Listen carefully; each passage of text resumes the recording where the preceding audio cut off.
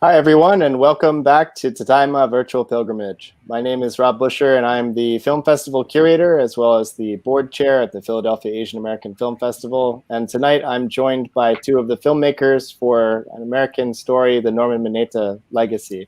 I'm pleased to introduce Dianne Fukami and Debra Nakatomi. Thank you very much for joining us this evening, and we're looking forward to having this discussion about a project that I think within the Japanese American community has been known about and talked about and much looking forward to for a long time. Certainly within JACL, we were aware of this project coming out for some time, and it was also a pleasure to show it as the closing night film at the 2018 Philadelphia Asian American Film Festival. So thanks again for joining us here this evening. Thanks, Rob. So to get us started, can you tell us a little bit more about your work as filmmakers prior to the Norman Mineta documentary? Okay, so I'll go first. First of all, Rob, the title has changed since we showed it in Philly. And so when we were on the film festival circuit and we were able to screen it over in Philadelphia, it was An American Story, Norman Mineta and His Legacy. But when we were able to get a position at PBS and get an air date and everything, they wanted us to change the title. And the reason is that, those program guides on your TV, that you only have so much space. And so they were afraid that if we didn't have Norman Mineta's name first, it might run out of space. So we had to reverse the whole thing. So now officially it's Norman Mineta and His Legacy, An American Story. So just a little correction there. My background is that I worked at a TV station here in the San Francisco Bay Area for a really long time. And then when I left, the TV station asked me if I'd be interested in helping shepherd a documentary about the Chinese Exclusion Act. So this was in 1993. So we successfully did a documentary about the repeal of the Chinese Exclusion Act. And then after that, I just realized that there was this whole new medium that was not TV news. And so I started producing a number of documentaries for the public television station in San Mateo, California, KCSM. So there was Chrysanthemums and Salt, Tanforan, Starting Over Again, Heart Mountain. And then eventually that all led to working with Debra Nakatomi and Stories from Tohoku. So Debra, I'll turn it over to you. Yeah, so unlike Dianne, my career as a filmmaker is much shorter. It started actually when I met Dianne in 2009. We were delegates on a trip to Japan with the U.S.-Japan Council's Japanese American Leadership Delegation. And it was through that experience that we really had a really deep and profound experience in Japan, getting to know the people, the culture, and really getting in touch with our ancestry and our roots. And fast forward a few years later, 2011, March 11th, when the tsunami, earthquake, and nuclear disaster hit, Dianne were in kind of a unique place to want to help to tell the story of what was happening in Japan related to survivors, but also the connection that Japanese Americans had to this horrible tragedy that was taking place across the Pacific. So our first project was Stories from Tohoku, and it was our opportunity to really help to reveal the cultural, the resilience and the strength of the Japanese people, which really helped them overcome and rebuild so much and so quickly in the face of total disaster. And it wasn't much, it was actually before we completed that project that this opportunity with the Norman Mineta project was kind of upon us. So my history is a lot shorter than Dianne's. This is my second project. Well, that's really fascinating, though, to think about just sort of the happenstance of, the fact that you did meet on the Japanese American Leadership Delegation, but then beyond that, that you actually had the opportunity to travel to Tohoku prior to the triple disaster. And of course, we know how impactful that was, both in terms of contemporary Japanese culture, but as well as this connection. And I think the special relationship that's been able to be fostered in the last decade or so between Japan and the United States. So that's really compelling to kind of hear about that. But I'm kind of curious then, how is it that you came to this project? How did this project come about? Obviously, Norm is a known quantity in the Japanese American community. So can you tell us a little bit more about how it came into being? Well, Norm has been approached many, many times by filmmakers and authors who wanted to write his life story, his career, and everything. And living in the San Francisco Bay Area and Norm being from San Jose, I would see him a lot at community events because he is so visible and so approachable. And so I had started asking him, Norm, how about a film or a documentary about you? And this goes very many years back. And he would say, oh, no, Dianne, nobody cares about me. I'm just an average Joe. And anybody who knows Norm knows how self-effacing and how humble he is. And so it took a really long time. And so it almost became a running joke. When we would bump into each other, we would chat, and I would say, so Norm, how about that documentary? He would say, no. And then we were at a USJC conference actually in 2012. And I just happened to say, hey, Norm, so how about that documentary? And he said, well, let's talk. And, I was shocked. I didn't expect that at all. And so Debra and I set up a lunch date with him in San Jose. And we talked to him for about 3 hours, he and his wife, Denny, and explained to them how we wanted to approach this, what we wanted to do. And for us, more than a theatrical release, really, it was about a PBS national broadcast. We wanted as many eyeballs to see Norm's story and be as inspired from him as so many of us in the community are. And so after a prolonged discussion, he looked at us and he said, yeah, I've got my team here. And so we were in. That's fantastic. And I think, it's kind of amazing to think about for a lot of Japanese Americans. I mean, we know and kind of revere Norm Mineta, but a lot of folks outside of San Jose even don't necessarily know who he was or what he's done, not just for Japanese Americans, but really for all Americans. And it's just incredible that you were able to capture so much of his life story into a relatively short runtime as a documentary. I guess one of the questions that I had regarding working with Norm, obviously he's a very busy man, pulled in many, many directions constantly. So how is it that you were able to manage his schedule, and over how long period of time did you actually shoot the film? Yeah, well, I'll take that one. So as Dianne was saying, we actually had to sit down with Norm and Denny in 2012 toward the end of the year, and we were still working on our Tohoku film. So we knew we needed to wrap that one first, and before we even started to conceptualize the film and start working in earnest on fundraising. So we know what a busy guy he is, and that we had to really spend a lot of time thinking about strategizing and how to use his time most prudently, because as you know, if it weren't for COVID, he would be crisscrossing across the country as we speak, because he is appearing on a lot of virtual town halls, and he's really, really busy, and he's always been in really high demand.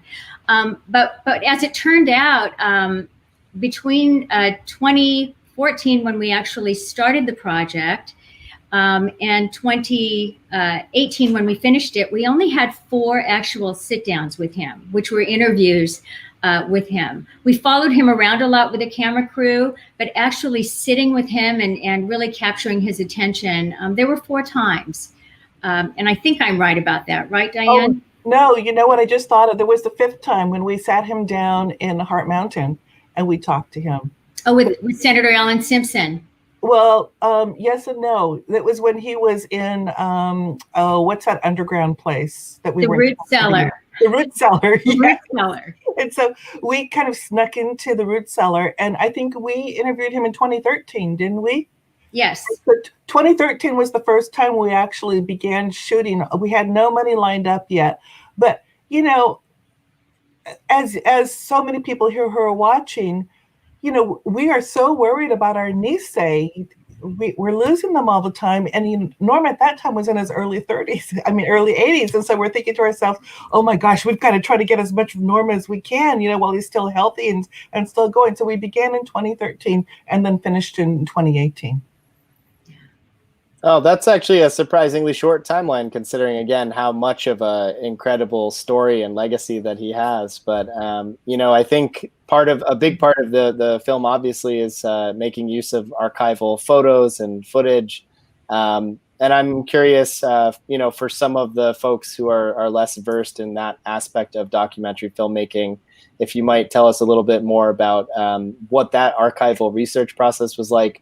Were you sourcing some of these photographs from Norm and his family, or did you work with Densho and some of the other archives? Oh God, Rob, that was the biggest pain in the butt in our archive. There's just so much, and especially with a public figure like Norm, there's a lot of things to look at and a lot of sources. So yes, Norm, one of the conditions of doing this is that we told Norm we wanted access to his photos. But you know, the family was very generous, but they didn't have that many photos. And so we hired Amy Watanabe, who's just sort of saved our necks on this whole thing. And she was terrific about finding photos. I've forgotten what number of photos that we've used, but you know, our budget for archival video and still images was sky high. You know, as you know, because you're in the filmmaking world, that stuff is expensive and really hard to get your hands on. And so we're really pleased about a couple of things. One is that one little snippet where we've got Norm walking through the halls of Congress and that nameplate going on as he first takes office, you know, and then also one of his first speeches after he'd been elected as mayor. We got that through the KPIX archive, and we're real happy that we found it.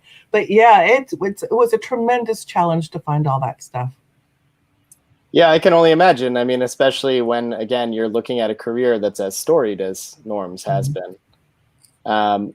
So, you know, we've talked a lot about how the Japanese American community knows Norm. And I think for a lot of folks, this was maybe connecting the dots for the different parts of his story that maybe they haven't heard, just between, you know, his presence within the pilgrimage movement, particularly Heart Mountain, but obviously he's been a longtime supporter of the JACL and is incredibly invested in the leadership pipeline of young Asian Americans in both elected office and other civil service. But I guess in the film festival run in particular, I'm curious, how was this film received by mainstream non-Japanese American audiences?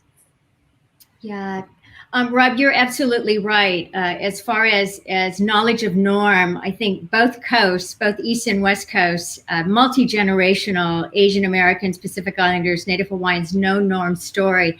But from the beginning, we knew that our challenge was going to get Norm's story out to the South, the Midwest, the central part of the country that really did not know about Norman Mineta, didn't know his story, yet we knew that a lot of his career accomplishments and his personal struggle and triumphs would resonate with the rest of the country. And it was a challenge. So we were pretty successful in connecting with film festival audiences. So we had an opportunity to be in Texas, St. Louis, Detroit, Vancouver, Seattle, Philly, Boston. And, you know, we were playing to really diverse audiences in those festivals, which was a really great opportunity. And the response was really warm. It was really great fascination, great interest, because they felt that they had discovered someone that they had never heard about before. And in a few cases, we actually had him with us, which was really wonderful. But I have to say that the response from people who were learning about him for the very first time was really, really warm. And, you know, when Dianne and I started this project, President Obama was in office. And we had conceived of talking points and messaging, and we were thinking about, you know, playing to an environment, a political environment and a social environment that was really quite different from what we faced when we launched the film and when it aired on PBS. So I think we've been really gratified that audiences like the Ronald Reagan Library, for instance, invited him to be there as a speaker and a keynote. But they featured him, and it was an audience of people who were largely Republican, but his story resonated with the audience of students as well as adults that were there that day. That's really fascinating, I think, to talk a little bit more about this political environment, and particularly because you were making the film largely during the Obama era. Obviously, very different worlds had Clinton won that election, and the kind of world that this film would have then been released into. At the same time, in certain ways, the film almost plays better at a time when we have such terrible partisan division in this country. And I think one of the things that has always struck me about Norm, both in my personal interactions with him and certainly through the film, this comes shining through very clearly, this idea that, you can have these relationships, these working relationships with people from other political backgrounds. And I think at no point is it more clear than this friendship between him and Senator Simpson, right? Mm-hmm. And Alan Simpson being a conservative Republican, and Norm being a blue-blooded Democrat. And yet the two of them being able to find commonality in something as simple as Boy Scouts and baseball. And I think that's a beautiful thing that this film has managed to capture. And I'm just wondering if you might be able to kind of delve a little bit more into, have you had reactions, either positive or negative, related to some of that messaging in particular in the last couple of years since the film's been out? One of them that comes to my mind, because we featured two presidents from two different parties. He served in the Clinton administration and also the administration of George W. Bush. And I remember distinctly a comment, Dianne, you might remember where this came from, but there was one comment that we had that they were obviously a Democrat and very supportive of Norm's career, but they were really curious how it was that George W. Bush was participating in the film at all. And the fact that his messaging was so aligned with where we are in terms of equity, acceptance, social justice. And there was kind of a confusion about how is it that, we were able to get, a message to come out of President Bush's mouth related to social justice. And in fact, I remember that day, very distinctly that he felt really strongly about Norm and Norm's service and all of the virtues and values that Norm stands for. And, to me, it was the real deal coming out of his mouth. Although, he represents a different party and the party that is currently in power. Norm's family history and Norm's experience with him serving in his cabinet really made an impact on President Bush. And I think that realness, that authenticity really came across in that interview. Well, I think they enjoy a warm relationship even to this day. One of the things that we wanted to do as a filmmaker and as a documentarian, we didn't want this to look like it was an homage to Norm, and so we very intentionally set out to try to find people who weren't in alignment with Norm, or who were political adversaries, or, just thought maybe he wasn't the best thing since sliced bread. And that was really hard to find. The closest thing that I got was Dan Lundgren. And people wonder, God, Dan Lundgren, why is he in the film? But, because Dan Lundgren had such a big role during the whole commission hearings, the Redress and Reparation Commission hearings, the CWRIC, we thought it was important to get that in there. And as many of you know, Dan Lundgren was not very popular during that time at all. And so I thought, well, as a political adversary, he would be perfect. So when we set out to contact Congressman Lundgren, I asked him, I was very straight up with him on the phone, and I told him what we were doing, why I wanted him in particular, and would he be amenable to an interview? And he said yes. So when we were in DC, we set up an interview with him, and he knew why he was there. And so it's a sort of elaborate setup in a hotel room.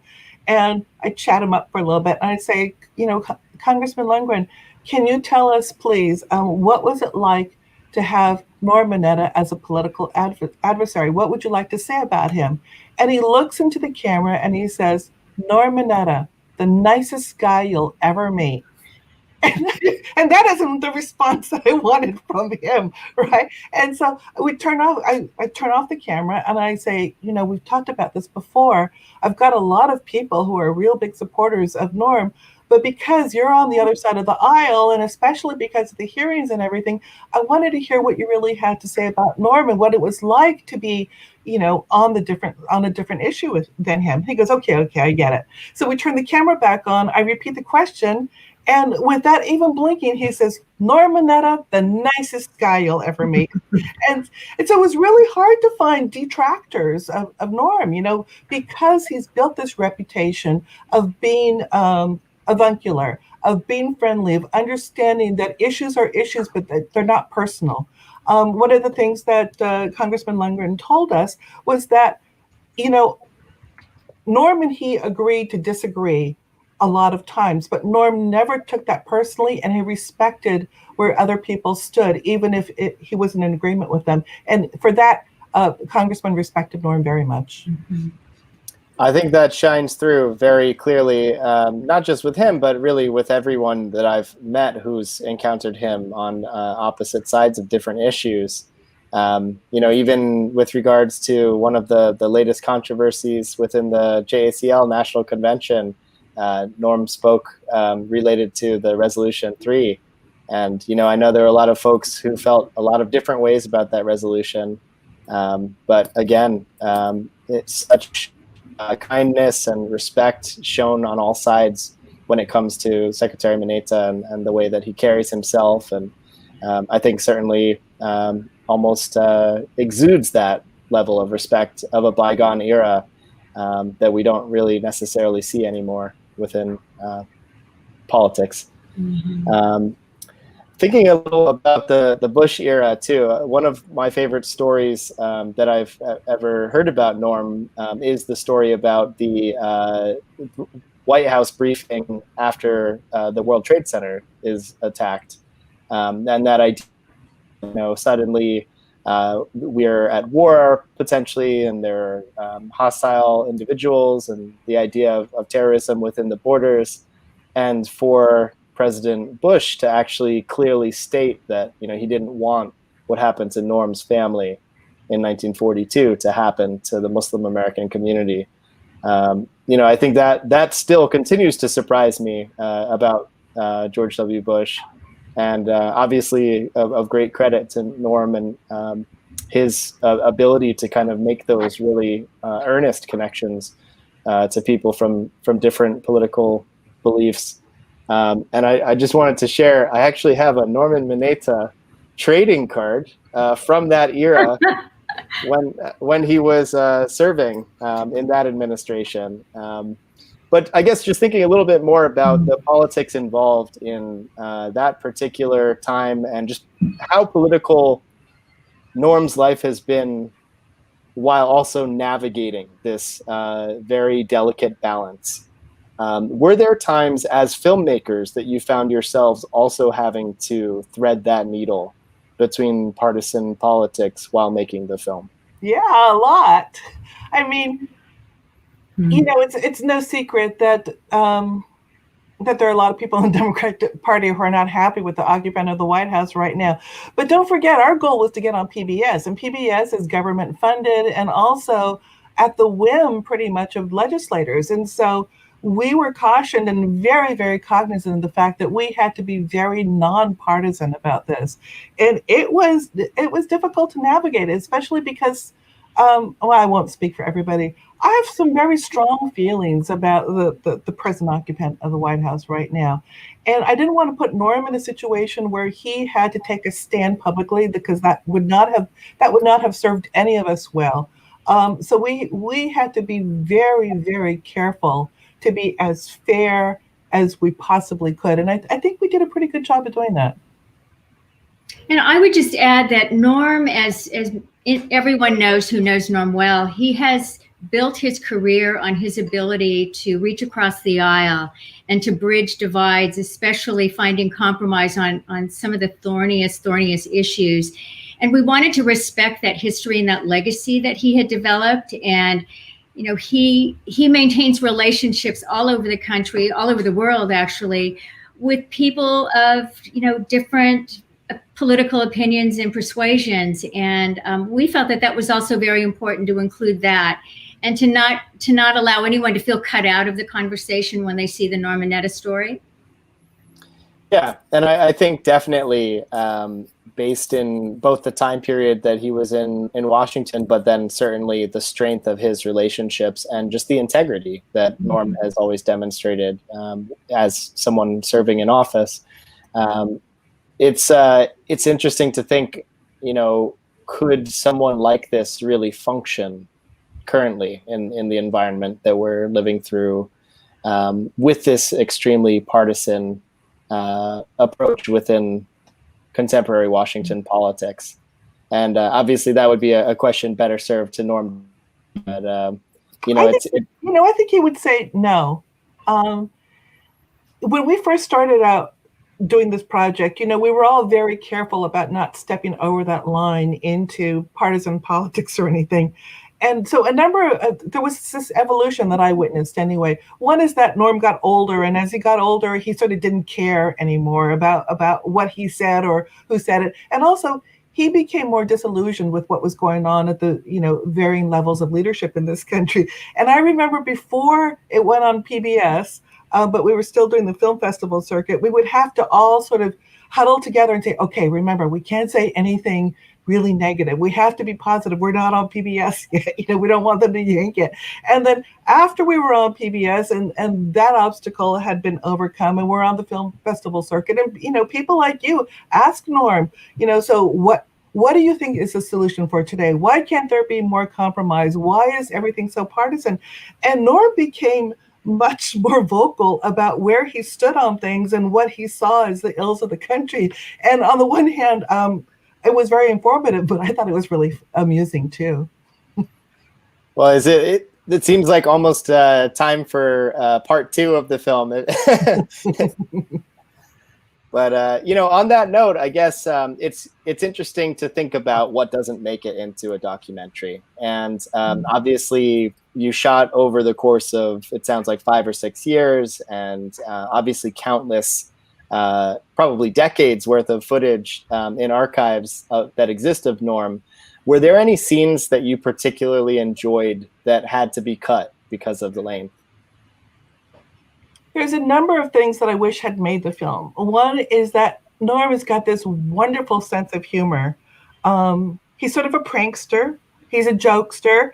And he loves a good laugh. And, somehow we just couldn't find a way to inject that into the film. And for that, I'm really sorry.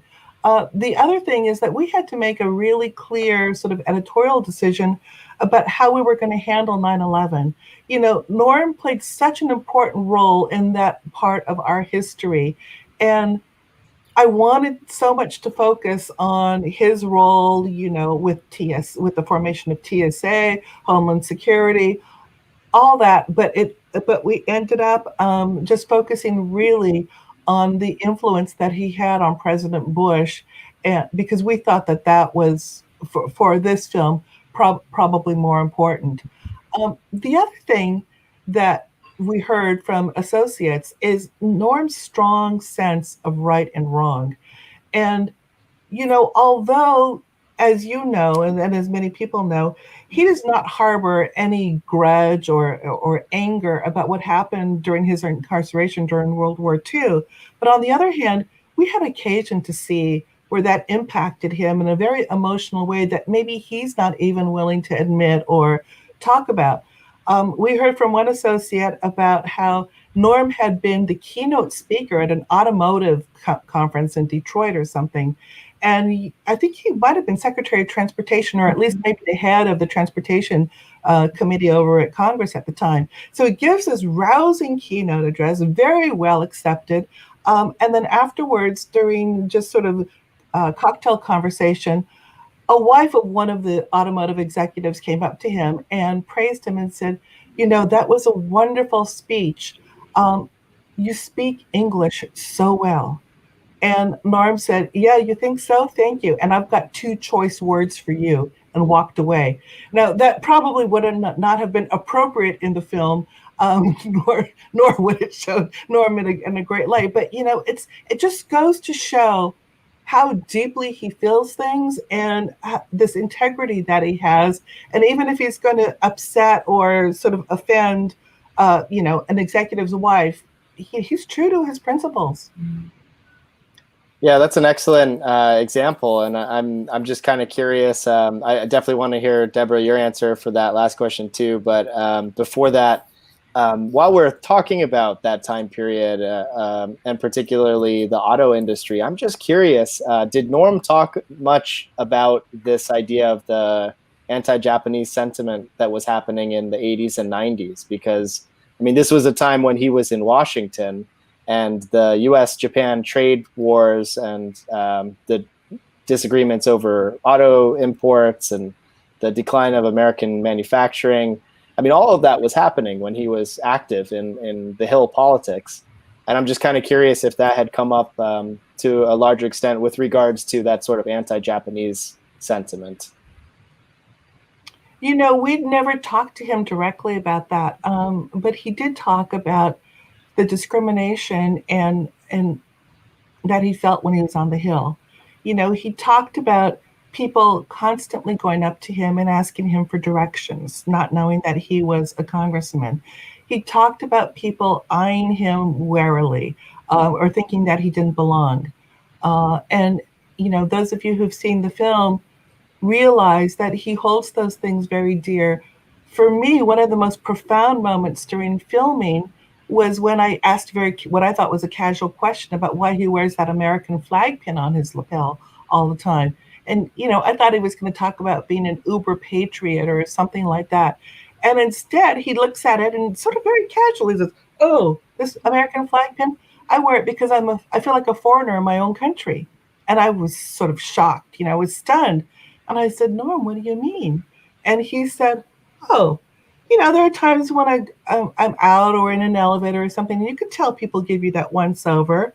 And so I wear the flag pin so they look at my face and then they look down and they know I'm American." And I'm thinking, here's a guy who has given his whole life to public service, about demonstrating patriotism to the nth degree, his loyalty, his love, his devotion for this country, and he still feels like he's got to wear an American flag pin so people understand he's an American. It was kind of mind-blowing. That's a really incredible story, and I think unfortunately one that a lot of us can relate to. But certainly it's sorry to hear that is also the experience that Mineta has felt in his time in Washington. Debra, I'm curious if you also had a favorite scene that didn't make the final cut of the film. But, just building on this moment when we're talking so much about racial justice and inequity, I have to say that there were many occasions during interviews where he would go back to history and talk about his family, his parents, watching how his father and his mother endured over years of just feeling like outsiders. And, growing up in San Jose and experiences he had when he was first elected mayor of San Jose, I just recall how personal and how present he is about those experiences. People tend to think that you have an experience where you've been racially profiled or maligned or discriminated against, and, it's past history, it's 20 years ago, and you forget about it. But for those of us who have experienced it many, many times and have seen our parents experience it, we realize how deep the wounds are. And I know Satsuki Ina talks a lot about trauma and, how we carry that with us so many years later. And when Norm talks about, and we included in the film, about some of his experiences, he's deeply, deeply touched by it. And what's happening today in America and how we're experiencing Black Lives Matter and trying to do better. These issues are so present right now. And I'm sure that Norm is recalling his own experience as he's facing the current day and the future. But there were many occasions where race and racism and discrimination came up. I can imagine. And yeah, again, it's so hard when you're making those editing decisions because you've only got such a limited amount of time. Sort of related to this, we have an audience question from Aaron Menino who asks, any chance of an extended cut of the film that explores those dimensions of his influence and character that were initially cut? No.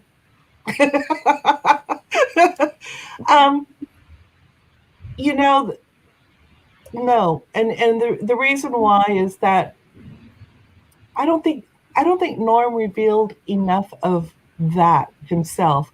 We would have to get that from other people. You know, as intimate an experience that we had with Norm, he's still a very private, complex person. And I was kind of surprised to learn that because he's so approachable, so friendly, and seemingly, you know, not like a lot of Nikkei men who I know, and seems kind of extroverted.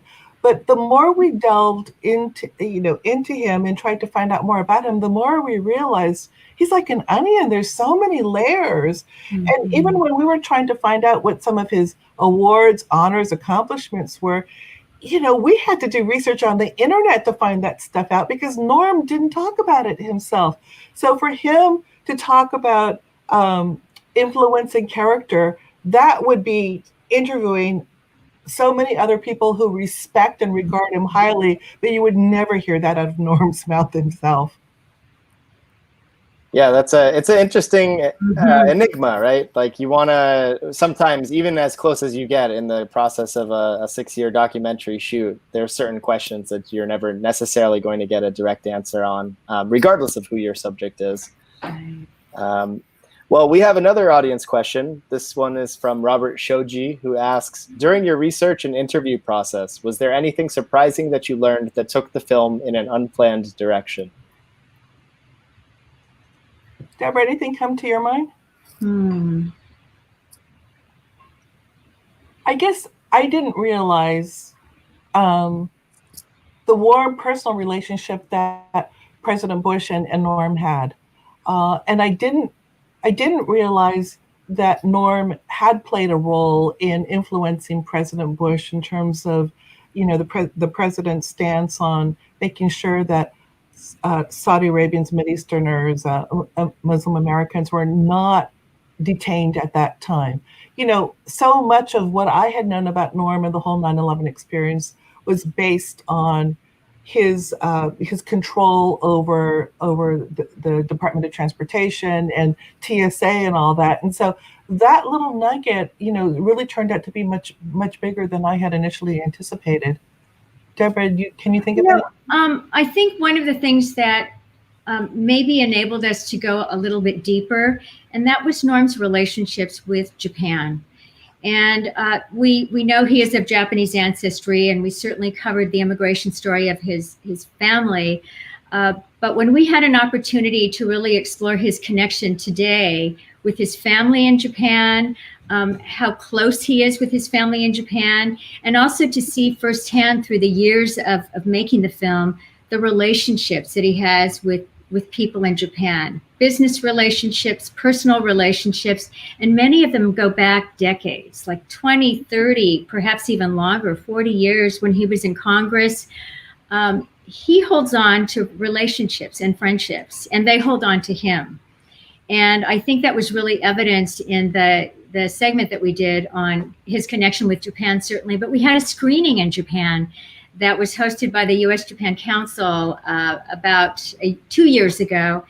And it was astounding the number of people. It was 500-600 people, Dianne, that filled a ballroom. 700. 700 people that filled a ballroom in a hotel in Tokyo.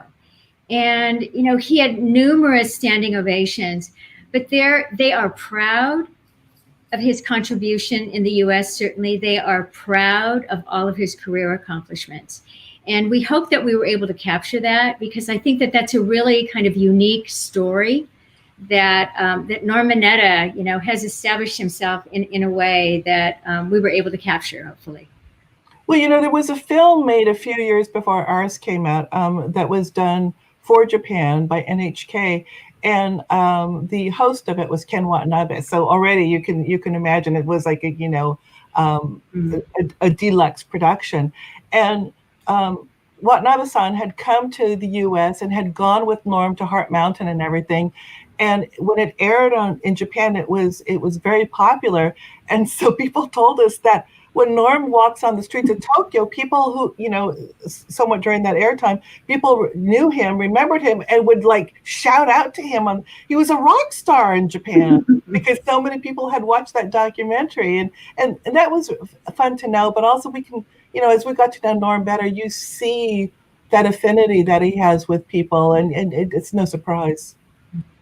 Yeah, I mean, those relationships, it's incredible in general. First off, how good of a memory that Norm has, because, it's like a vice grip. I mean, he takes details from 50 years ago and can pull them out. A good example of that, the first time that I met him in person, I was at the JACL leadership delegation between OCA and JACL. We do like a joint leadership summit in DC. He came to talk to us. And in the early 80s, my Obachan was JACL Dayton, Ohio chapter president, and did some lobbying in Washington around the redress issue. And at the time, Norm being one of like 3 Japanese Americans in DC, of course, rolled out the red carpet and made all the introductions to their local Congress people. And when they were worn out and exhausted from walking the Capitol Hill, he'd let them sleep on the couch that was in his congressional office. So, they had known him for some time. And I asked him, by any chance, do you happen to remember my Obachan? She was from Dayton, Ohio. And he asked me, oh, Yukari Mikesell. Yeah. And didn't tell him her name. He just remembered the detail. And, since then, every time I see Norm, then he always asks me how she's doing. So amazing. Not just in his own direct circle, he has that way of maintaining and remembering how important those small touch personal connections are. We do have another question from the audience. Ryan Kozu asks, were there any people you wish you were able to interview for this film that you weren't able to film? Yeah, they were, I think. But I think the reason why we didn't interview them is that they had passed, or they were not or their health didn't allow us to interview them. There were people that Norm had worked with on the Hill, and he'd worked very closely to get some key legislation passed. And so some of those people had already passed on, or were not physically able to be interviewed on camera. Would have loved to have interviewed Senator Inoue about the camaraderie they shared on the Hill, although they were in different houses. Mike Lowry up in Washington's, the state of Washington, there were a lot of folks like that, but, they just weren't around. Mm-hmm. Well, again, a challenge of making a film that spans 7-8 decades. Well, this seems like a good time to talk a little bit about the projects that you're currently working on. I know in our earlier conversation, you had mentioned the curriculum guide that accompanies this film. So I'm wondering if you might want to show us a trailer related to that.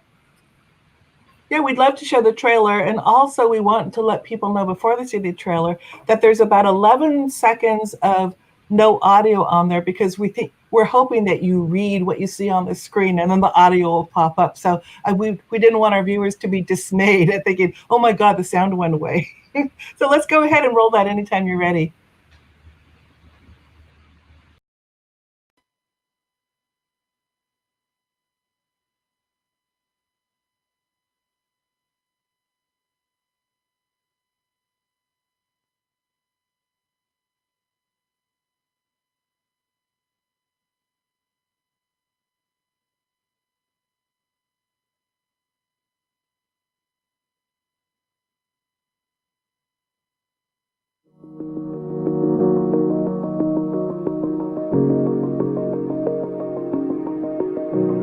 Mom, does that mean that you're gonna be deported? Are you gonna have to go back to Mexico, or are we just gonna stay here by ourselves? I think the challenge about being Black or African American in this country is We are the position of entertainment in a lot of spaces, but then we're also the position of like the face of fear in a lot of spaces as well. I just personally want to create change, starting on a local level. I don't think I necessarily have to be a politician to do so, but I really do want to do some local government work in the future. I believe in stakeholder-driven leadership. I think the greatest characteristic you can have is getting diverse people together, listening to everybody, and hammering out a solution.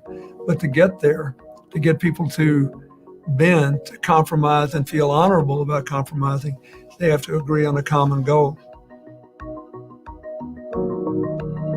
Japanese Americans can talk about what happened to us, and not with bitterness or not blaming the people right now, but just telling our stories so that they can know that something like that could happen out of prejudice. And we all need to work to not allow something like that to happen again. The Education Task Force identified about 30 recommendations that the U.S. and Japan can do individually and together to increase student mobility between Japan and the U.S.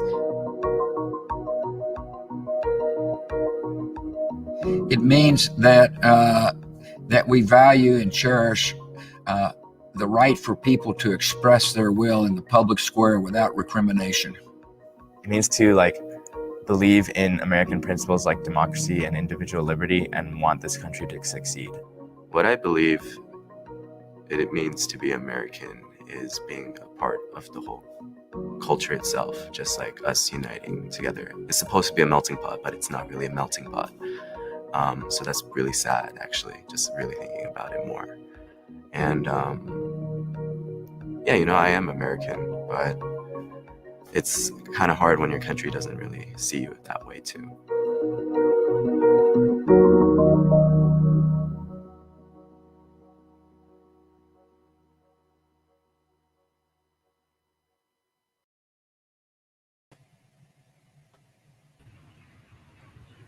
That was great. Thank you so much for sharing the trailer with us. Can you tell us a little bit more about how the curriculum can be accessed or used within the classroom context? Sure. First, I want to acknowledge Aaron's question. When Aaron asked earlier about what are the opportunities to explore additional dimensions and influence of Secretary Mineta's life, this curriculum is one of those opportunities where we've had a chance to really go deeper, dig much deeper into some of the key themes of his life. So you saw a trailer, which is just a really tiny taste of 6 themes that we've developed the curriculum around. And just as a review, it's immigration, race and equity, civic engagement, justice and reconciliation, leadership, and U.S.-Japan relations. And this curriculum has been designed for high school and college students and teachers, and we'll be launching it very shortly, in fact, this month, to a much larger audience. As we mentioned before, the themes of Norm's life we knew resonated 5 years ago as we were embarking on this project, which we call the umbrella as the Mineta Legacy Project, the rich legacy of Norm's life and career. But we had no idea the relevance that it would have today. And we've had a chance to take the curriculum and kind of test it with some really key audiences. Last year, we took it to the National Council on History educators in Washington, D.C., and also to the National Council of Social Studies educators to kind of give them a taste and give them a glimpse. And the response was very warm and interesting and curious that there really is nothing like this out there today. And we were really encouraged by that, both in terms of the themes involving immigration, civic engagement, and leadership, all themes that are so key today and in this time, but also that they saw this curriculum as a vehicle so they could get in front of their students in high school and in college to enlighten them about how history is cyclical and how history has a way of coming back at us. So the timing on this could not be better. Unfortunately, where these issues are clearly in the mind's eye of the public. So what we tell people is that, well, the really cool thing is that it's available online for free when we open it up. So we're frantically proofreading and everything, but there's over 300 images. There are 23 videos, and they're not just extractions from the documentary. When we knew all along that when we were working on the Mineta Legacy project in the film, that we wanted to have a parallel curriculum that was inspired by Norm, but not about Norm, if you get my drift. Mm-hmm. And so when we interviewed the presidents, for instance, in Stanford University, the SPICE program there, they're the ones who developed the curriculum for us. And so when we interviewed the presidents, we tell the SPICE staff, okay, we're going to interview the presidents. What questions do you want us to ask them? And so after we finished the questions and responses for the film, we would then ask the ones that were specifically for the curriculum. So we did that with every interview that we had done. The other thing that we did is that we interviewed a lot of students, because we feel that students want to hear from other students. They don't want to hear from adults all the time. So we have a lot of students who were involved both on the high school and the college level to share their own experiences. So we're hoping that promotes a lot of discussion. One of the other odd timing things about this is that although we couldn't have judged or foreseen the relevance of the subject themes, we also could not have predicted COVID in our country, and the fact that so many teachers are going to have to do remote distance learning. And so the curriculum, although was designed for an on-site situation, is perfectly adaptable for online learning. I mean, it's all online, and so teachers can just give modules or assignments to their students, and we're ready to go. So as soon as we get all of our licenses cleared, because we have so many images, we'll be ready to open up that curriculum. We're hoping, it'll be for sure by the end of August, and we're hoping for sooner. So what we're doing is we're asking people if they're interested in learning more about the curriculum and how to access it. We have a launch page that's already, and it's www. What does it mean to be an American.com. And also if they look at our Mineta Legacy Project page.com, they'll see information about how to access the curriculum, and also more information about the film as well. That's great. Thank you for sharing that. And what a time to be launching an online curriculum. I mean, it's in a lot of ways, you couldn't have asked for a more relevant text for us to be able to share in our classrooms at a time when I think people need it the most. So thank you both for your continued work on this project. Rob, can I just say something? Yeah. We failed to acknowledge and thank Tadaima, and you certainly, and your team. And also, you mentioned JCL. JCL has been a partner with us from the very, very beginning, both in terms of just giving us inspiration as we were beginning to think about the project, but chapters and districts all across the country have been on board with us, being supportive as donors and as real champions of the film and hopefully of the curriculum, as well as OCA. You mentioned OCA. So we have partners that we call legacy partners throughout the country that are helping us to spread the word about the film, certainly, and about the curriculum. But we've been really supported generously by so many organizations, and many of these organizations are organizations that Norm himself has a really close affinity and connection to. Absolutely, and we value his membership at the JACL. He's been a longtime supporter and certainly one of our most revered members. I think we have one last question from the audience. Sheila Newland asks, do you happen to know the title and the author of the book about Norm that was published about a year ago? The author is Andrea Warren, and gosh, the title escapes me. It's something, does it have the word enemy in it, Deborah? Do you remember? Oh my gosh, am I going to have to Google it? But anyway, the author is Andrea Warren. So I think if you Google that, you'll be able to find the title pretty easily. And I know it's available. It is available online. It's available on Amazon. It's a great book. We've looked at it. We thought it was a children's book, and yes, it is. It's called Enemy Child. Enemy Child. Enemy Child. See, I was half right. And so, but she did a very nice job with it. It's really good. Great. We'll have to check that out. And then I just had one, I guess, selfish question. I recently acquired a Norman Y. Mineta congressional desk plate. Wow. And I'm trying to place when in Norm's career this came from. So if you happen to see him before I do, please ask when Hawaiian figurines Norm Mineta desk plate may have come into his congressional Was it a gift? career. That's my only guess. And unfortunately, the antique dealer who had it didn't have much else. Amazing. We'll put you in touch and you can ask him yourself. You can send a photo. All right. He'll probably remember exactly where and when. I don't doubt that he will. Well, thank you both so much for joining us this evening. We really appreciate your time and your talent, and just keep up the great work. And we're thrilled that we'll be able to access this curriculum soon. So, you know, everyone who's watching, please make sure to visit the website and continue supporting the great work of the Mineta Legacy Project. Thanks very much, Rob. And thanks to all the Tadaima staff for making this happen. Thanks, everybody. Thank you.